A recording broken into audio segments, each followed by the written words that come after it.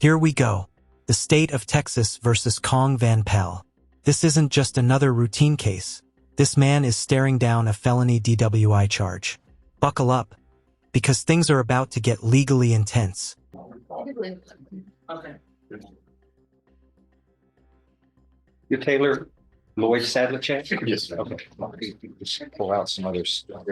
What we might need to do with them. All right, here's Weston's 2 cases. And those are reset Zarate's 2 cases.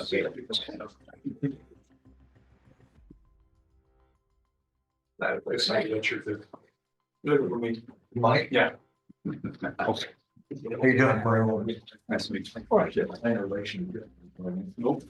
I think it's so years ago. I'll look at some of that. I'll get some more stuff from new business. I'll sort of want to take the 7 cases are now called. Mr. Sadlicek, did you understand that there were 7, as far as you knew, pending cases? Yes.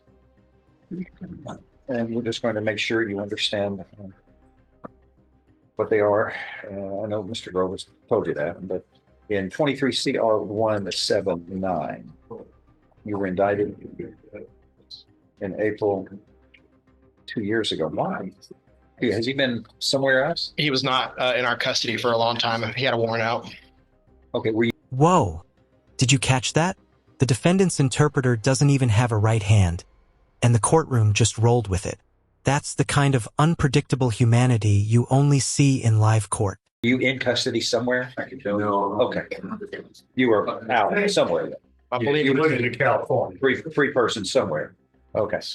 So they end up arresting you sometime. When were you arrested on these cases? Do you know? About. Initially, for start practicing law. Yeah. Yes. 2023 March of 23. That was before you were indicted. You were arrested before you were indicted, though, right? Yeah. Later, the indictment comes out. Yeah. And did you ever appear after that? No. So Until now. Accusation, and I didn't know what that was. So I was lost. And then I got picked up. Where have you been? Have you been living this whole time in Beaumont? No, I live in California. Because I've got a 3565 Delaware Street address here. Yeah, that's where I got arrested. And I was resigning. Was that a residence of yours? I was living with a friend in Wisconsin. Well, that's where you were residing, though. In both. Right, this alleges the honor about February 28th, 2023 in Jefferson County, Texas, you committed the 3rd-degree felony of obstruction or retaliation if convicted of such a thing. And it goes on. Are you familiar with what these charges, what you're charged with and what they allege? Okay, it looks like threatening a police officer. Not all of them, Judge. I know, I'm just taking one at a time, Right. 179. Okay, that if convicted is a 3rd-degree felony, so you look at no less than 2 nor more than 10 years confinement in prison and a fine up to $20,000. Yeah, that's all that was indicted on that. You understand what you're charged with and what the punishment range is there. Yes. Okay. In 23 CR 180, I'm going to take these in numerical sequence.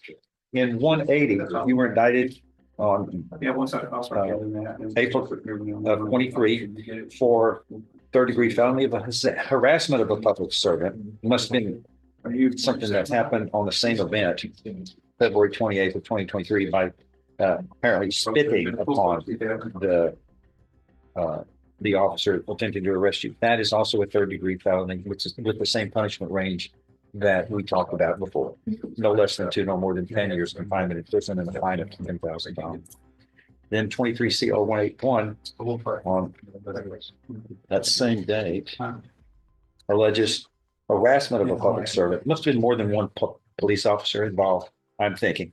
And this is a 3rd-degree felony, which again carries the same punishment range. No less than 2 nor more than 10 years confinement in prison and fine up to $10,000 to be assessed.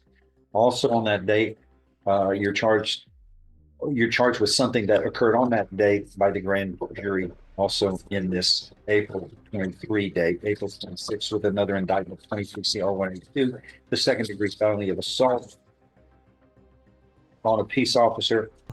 And here's the bombshell. This isn't a first-time mistake. With prior convictions in 2005 and 2011, The law now treats this like a serious felony. In Texas, third-time DWI offenders can face up to a decade in prison. Harsh or fair warning? What do you think? And it is a second-degree felony.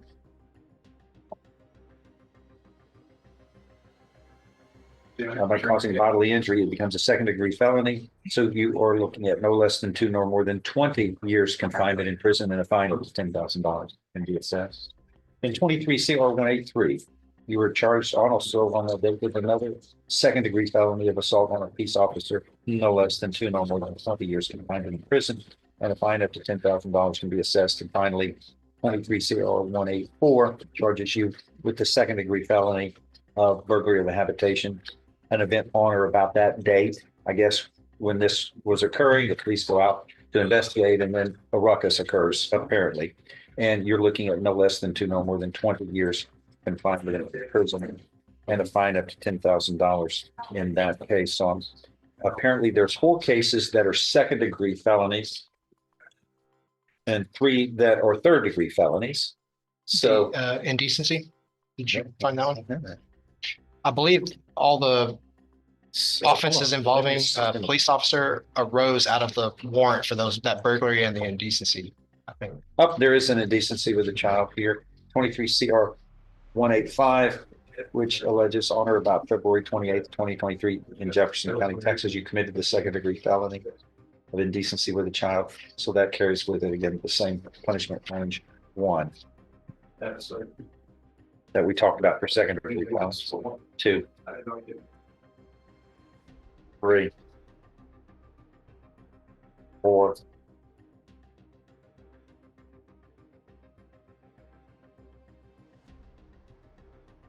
4 second-degree felonies, which and 3 third-degree felonies. That's correct, John. So you're looking at up to 110 years in prison and fines. These are $250,000 each. 10,000. 10,000. Fine up to $10,000. So that's $70,000 in fines. So you can see there's a lot riding on how you dispose of these cases because 110 years is a lifetime. At the end of the day. All right, Mr. Grove, it's an announcement. What are we doing today? Judge, I've spoken with Mr. Sedlak more than one occasion, spoken with him last Friday, and he indicated he wanted me to tell the court that he wanted another lawyer appointed. As the court can tell, these are second and third degree felonies, all of which allegedly occurred on the same day, which I mean, it's just the way that it is. I don't think that Mr. Sedlak wants his cases set for trial yet, but I've had difficulty investigating. What is it he's talking about that you need to add to help me? I really just want to see like what evidence is gathered, you know. Okay. He's supposed to help you with that. Yeah. What else? I mean, I mean, this is something that needs to be deliberate, and it may take a little bit of time because each case stands on its own merits of allegations. And there it is, the non-negotiable kicker. Texas law says, third DWI, you must serve at least 10 days behind bars. No fancy lawyers, no shortcuts. Justice here comes with a mandatory minimum. The grand jury has carved out 7 crimes here. So the evidence may certainly be a little unique in each one, but a lot of overlapping since it's all in the same episode.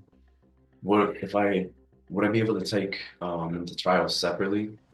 Yeah, you can try these separately, and then they'll be stacked. Whatever the sentences would be stacked. Yeah, that's what generally happens. But it would be up to the court. Right, it'd be the court's discretion. And that's what the court's practice has been for 19 years. That's it found guilty, though, right? Oh yeah, you're presumed innocent. Yeah, I wrote the article on that, lead article on that. Yeah, yeah, it's part of the Constitution. Goes back to the Bible. Yeah, really, I want to know what evidence you got against me. Yeah, you're presumed innocent unless found guilty. Not until, unless. Until means you're going to get found guilty. It's just a matter of when. Unless may or may not happen. And unless is the proper term. That's the way it was written in the Magna Carta in 1215. Is where we took that from. But anyway, and David Grove has been practicing law as long as I have. All right, we were in the DA's office together way back when. Smart guy, Baylor grad. Baylor has great grads. All the law schools in Texas are good, but Baylor is exception. That's it. He graduated high in his class, so he knows his stuff. So he's been practicing for 40, since 78, 79, I guess. Or so, 80? Yes, sir. No, Yeah. no, 78. 78. Yeah, he graduated before me. And Judge, just for the record, we have given Mr. Grove discovery in all these cases, but just from what I'm hearing right now, the defendant is not entitled to copies of reports and things like that. He cannot get get asking for. It sounds like to me, but You're entitled to have your attorney will get them, and then he'll go over them with you, and he'll show them to you. But you can't have them to be kept because they can be used in an attempt to subvert the witnesses, and that constitutes an additional wrongdoing. So the rules provide your lawyer gets to act on your behalf, and he has free access. This is the turning point. Guilty. One word that seals his fate. Notice how the judge double-checks that it's voluntary. Courts don't play when it comes to guilty pleas. They need to make sure you own that decision. To all evidence that may be used against you, and you have a right to have that reviewed so you understand where it will apply. You were present, so you know most. I guess you were present. Maybe it was somebody else, but if you were present, you know what to expect and what you're looking for in there in the evidence. You know, so for the most part, sometimes there's other things police find out when the defendant is not present by their own investigation outside the event where you may have or may not have been arrested. Anyway, you need some additional time, obviously. Yes, sir. And I think that, and I have no objection to Mr. Selleck receiving and reviewing the statements and that type of thing. What is You it? Can't leave it all there with him. Well, that's true. And no evidence is left with you because you can. Sorry, well, I get to go first on all times. No, long ago, the attempt was made to try to do that sort of thing, and then defendants would ruin the evidence or something like that, you know. And so that's preventable, and every jurisdiction has taken steps to. You don't get to touch this stuff with an attempt to ruin it as an admissible piece of evidence in its form that needs to be kept in and preserved. But you get to know what it is, and you get to be able to analyze it on your own. Go, oh, that doesn't have anything to do with me. I'm not worried about that. Or, oh, well, wish that wouldn't have happened. You know, that kind of stuff. But you and he work to get that together. And he's been a trial lawyer longer than I have. A good lawyer. I wasn't expecting like physical copies of this. I just want to know. No, he can go over it with you. He should have it with him, he'll have it. Certain things, he can't bring in a blood specimen to you to show it, but he can bring in the records and reports that relate to things and go over them with you. Yeah, so far I've only heard of a witness or victim statement. Okay, he's working on it, I'm sure. How long has he been on your case? Do you know? And 9 months. Okay. I don't know. You're gonna go see him with all this stuff? Yes, sir. We've spoken some, but obviously we haven't 7 cases are got around to looking at all the evidence. That I will, if the court wants me to stay on the case, I'll be happy. Yeah, that's the way it works. Yeah, you either stay on them or you're off of them. Yes, Because I mean they're all important as the next one, and we can only do so much at one time. We're the 22nd largest county with the 16th highest crime rate. I'm not proud of it, but that keeps us all busy. So there's a lot going on, but your case is important to you. It's the most important thing to you. Freedom is at stake here. He'll go over it, and he has Has there been anything in negotiations to resolve this that you, Question I was going to ask, Judge, I've offered, prior to this hearing today, I offered 10 years on the child case. And I guess, are they wanting me to leave that offer open? no, but you got 7 cases. To resolve the child case only and What about dismiss the rest. and dismiss the rest? Okay. All right. Well, Yeah, yeah, that's something y'all need to know how That realistic that is from your They point of haven't view. But rejected the that point is we won't try this stuff necessarily together. I'll try it. My practice is try it one at a time. But what happens is 7 cases never get to 7 trials. They never do because it stacks up so much so quickly generally that there's no reason to try. And there it is, folks. Guilty. Beyond a reasonable doubt. The judge locks it in. But instead of sending him straight to prison, probation becomes the lifeline. 10 years of strict rules and one wrong move away from the big house. Try after 2 or 3. And that's an analysis y'all have to make. Anyway, I'm going to give you 4 more weeks. Yes, sir. And we're going to come back and y'all tell me which direction we're going to go in. Okay, everybody? But the is it indecency or sexual assault? I can't remember. Indecency, sexual contact. So Okay, second degree. that would be tried first. What constitutes indecency exactly? Well, the indictment should tell you. Here, give me that. Here, it's the indictments are worded directly from the statutory element, and I think it was the last case. All right, on or about February 28th, 2023 in Jefferson County, Texas, with intent to arouse or gratify the sexual desire of any person. Generally, it's inferred the defendant, but it could be the attempt to arouse or gratify the sexual desire of any other person. And yet, contact. It says you engaged in contact with a person's name who is a child. I'm not going to name it for the world to hear. Hereafter styles the complainant by touching the genitals and breasts of the complainant, a child younger than 17 years of age, against the peace and dignity of the state. Now, the only thing sometimes people get, some kind of defendants go, aha, I did something with the breasts, but not the genitals, or vice versa. The way the law in Texas, the indictments, when there's more than one way alleged that a crime can be committed by touching the genitals or touching the breast or both, but either one constitutes an indecency if proven beyond a reasonable doubt. But it's alleged in genitals and breast. Sometimes I've heard them say, oh, well, I may have done one, but not the other. Gotcha. Mm-hmm. They can indict. It's been long the rule of law. You can indict in the conjunctive and prove in the disjunctive if the statute allows disjunctive in the elements of the crime. So I'm saying that because not long ago somebody said, I'm charged with this, but I did this, but not the other one. I said, that wasn't a wise thing to say because that's provable and that's all it takes.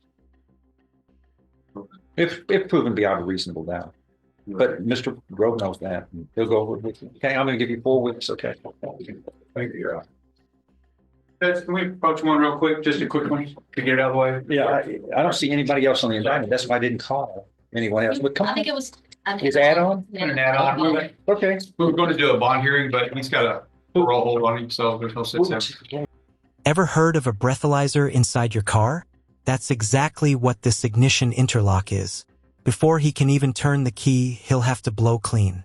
Talk about turning your car into your probation officer.